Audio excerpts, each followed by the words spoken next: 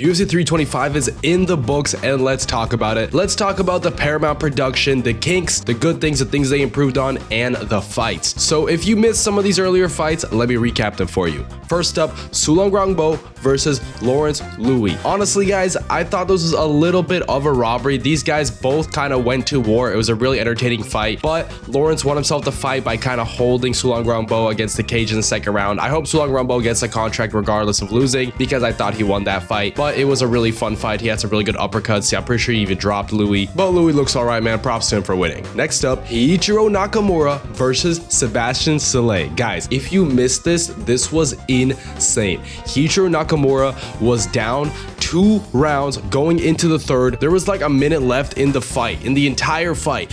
And then Nakamura just blasts him with a knee and knocks him out. Knockout of the year so far. You know, it's only the second card, but I think this is going to hold up as my knockout of the year for quite a bit. He was trying to land it earlier in the fight, and he finally got it. It was pretty awesome. One of the highlights of the card for me, for sure. And in the last Road to UFC fight, Kim versus Marfan. This was a bit of a slugfest. Marfan won by decision, unanimously. Not too much to say about it. It was a fairly entertaining fight, but Kim just didn't do too much. But Don Marfan seems like a decent prospect. Next up, Offley versus Yixa. Bro, this was a robbery. I'm sorry. I don't like saying the R word too much, but that was a robbery. Props to Offley for, you know, trying his best to win the fight and getting the nod, but I hate to say it, guys, he was an Australian guy in Australia with some Australian judges. I just think that might have played a factor in the decision. Yixa probably lost 1 round in the fight, but he arguably had a 10-8 in the second as well. One judge had it a draw, which I don't think is egregious, but scoring that for Offley is pretty ridiculous. Just sucks to see, because it was a good fight, just the decision kind of ruined it for me. Next up, Mikhailov versus Elliott. Mikhailov submitted Elliott in the first or second round. I'm pretty sure the first round, and it just kind of sucks to see for me because I am an Elliott fan. Elliott looked really good. Then Mikhailov got it with a big shot, and then, you know, Elliott claims he broke his orbital bone from that, and now he couldn't see for the rest of the fight, so Mikhailov kind of jumped on his back, took him down, and submitted him. Mikhailov is really good, guys. Next up, Torres Finney versus Jacob Malkoun. Jacob Malkoun, coming off from a big layoff, defeated Torres Finney in kind of a sloppy fight. Malkoun looked pretty good. Finney did not look great. Still has to work on that gas tank. He's tried to beat the boring allegations because, you know, Dana White didn't sign him for a while because he thought he was too boring. So here he did try to come out swinging, but I don't think his striking is all there just yet, unfortunately. I'm a big fan of Finney. Hopefully he bounced back from this one because this was a tough loss for him. Rowson versus Brundage. Dude, this was a fun one too. Rowson got the finish in the second round just as I predicted. I predicted exactly in the second round, and he did. Brundage is pretty good, but he has kind of the topology rainbow right now. He's kind of the most inconsistent fighter in the game. He just has a win, a loss, a draw, a no contest, losing by knockout, losing by submission, winning by decision, winning by knockout. Just the absolute rainbow.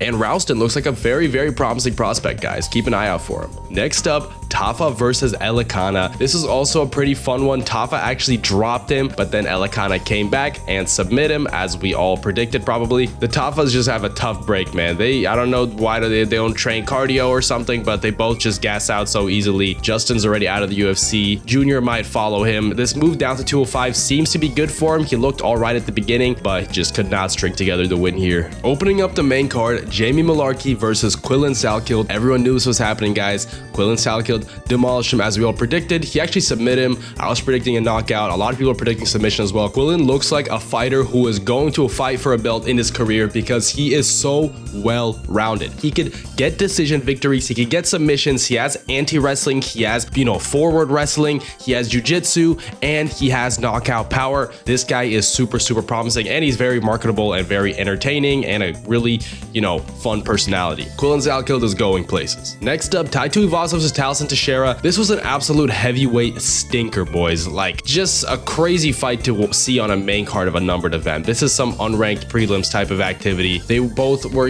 kind of going back and forth. It was pretty fun there for a bit, but into the third round, they both got so gassed, they couldn't even walk. Like the round ended and they both just like stayed on the ground at the end of the fight. Texeira didn't go back to his corner or tie. They didn't separate. They just kind of stayed there next to each other for a couple minutes. They like literally couldn't stand up. They were so gassed. Props to Tai for at least trying to knock him out, but that makes 6 losses in a row for Tai Tuivasa. If he doesn't get cut, which he very well might be and probably should, he could beat Tony Ferguson's record for most losses in UFC history in a row. And I was pretty high on Texeira, but this kind of lowers the stock for me. He did not look amazing in that fight. Sure, he didn't get knocked out, and he won a decision, but he didn't look that good. Next up, Rafael Fiziev versus Mauricio Ruffy. I owe Ruffy an apology, man. I was sleeping on him. I always thought he was pretty good, but I thought Fiziev would beat him here. And honestly, you guys need to owe me an apology, because on my TikTok, I asked who should I pick for this fight because I was so split. It was so 50-50. The odds were 50-50. I had no idea who to pick for this fight, and my comments were yelling at me to pick Fiziev. I had comments that were like, Fiziev is a lock, bet the house on bro. Fiziev 1000% trust. Fiziev is going to demolish him. Those are real comments. I'm not paraphrasing even one bit. Those are real comments that real humans left, and honestly, they influenced me, man. They influenced me. I picked Fiziev. I was kind of flip-flopping. They made me pick Fiziev, and the pick turned out wrong because Ruffy knocked him out. In the first round, Fiziev looked pretty good. He probably won the first round. Ruffy was kind of downloading data, just staying on the back foot, and then, you know, Ruffy caught him in the second one and knocked him out, man. Ruffy, striking's really good, man. It's really good. We didn't see any of his wrestling today. We don't know if it's improved after the BSD fight, but Ruffy's probably going to get a pretty high ranked opponent after this fight. Now let's talk about the co-main event, Benoit versus Dan Hooker. Dan Hooker looked all right, I guess, for the beginning. Honestly, I think Benoit looked pretty bad in the first round. That's probably why Dan looked good. I don't know if Benoit has staff or something. I saw like something on his chest there, but he looked pretty sloppy in the striking. Dan was kind of winning those exchanges and, you know, kind of stuffing some takedowns in the first round. But then in the second, Benoit finally got him down and just ground and pound finished him, pounded him for like 2-3 minutes straight. And then right before the end of the round, the ref stopped it. He probably could have survived until the end of the bell. You know, some people I was watching with said that was an early stoppage, but, you know, I don't think so, guys. He was getting absolutely pounded. He had no way out of that position. You know, if that round wasn't going to end in 20 seconds, he would have like gotten killed.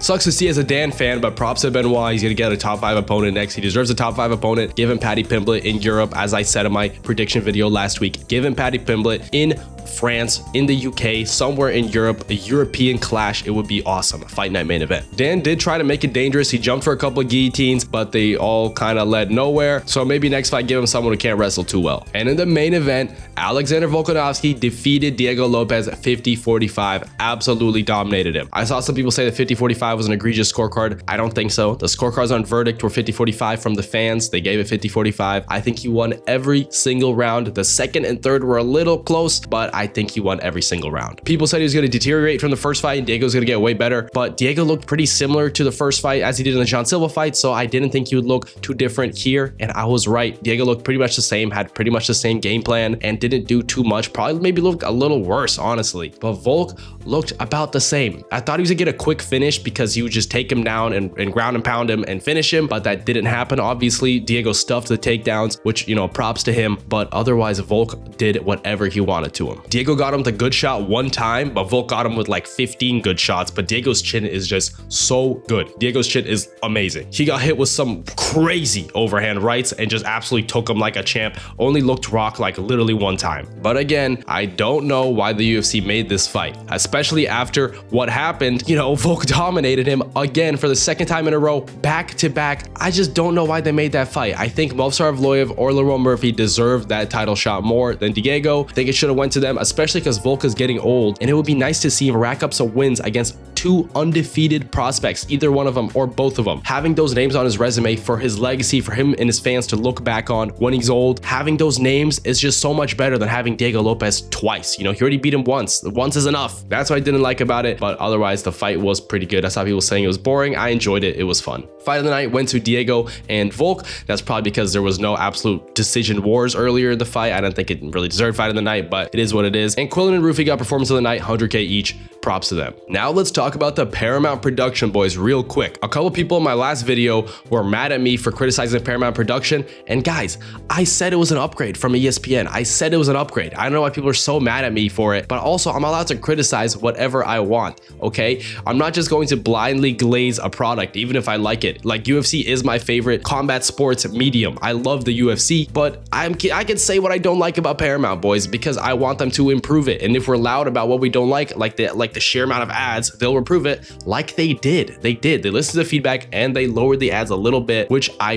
respect. I feel like we saw more walkouts this time. The promos were pretty good as they were last week. That's also an upgrade from ESPN, and that's about it. I think those were improvements from last week. But what did improve from last week was the lag. Last week there was like no lag, and this week there was a ton of like static, you know, stuttering, the screen tearing, like you have VSync off in a video game. A lot of that happened. It wasn't just for me. I checked on Twitter. It was happening for everybody. You know, random like spots of color, like lines, like you're watching old TV, like a bunch of bugs, honestly, in the feed. And also, I don't know if anyone else noticed this, the audio was pretty bad. They like wouldn't switch it in time, and like some mics were off, some were on. It was really weird.